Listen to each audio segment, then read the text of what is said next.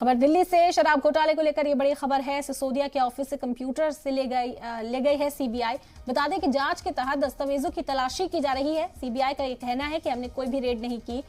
मनीष सिसोदिया ने इस हवाले से बयान जारी किया है। उन्होंने कहा कि मेरे खिलाफ कुछ भी नहीं मिलेगा। बता दें कि इस मामले में पहले भी सीबीआई तफ्तीश कर चुकी है। मनीष सिसोदिया की रिहाइश का उनके ऑफिस पर रेड डाली गई थी, छापेमारी की गई थी, दस्तावेज खंगाले गए थे। उस वक्त भी सियासत दिल्ली में तेज थी। बीजेपी और आम आदमी पार्टी एक दूसरे पर निशाना साधती हुई नजर आई थी और आज एक बार फिर सीबीआई पहुंची मनीष सिसोदिया के दफ्तर, जहां से कंप्यूटर्स लेकर गई है। बताया जा रहा है कि इन कंप्यूटर्स की अब जांच की जाएगी।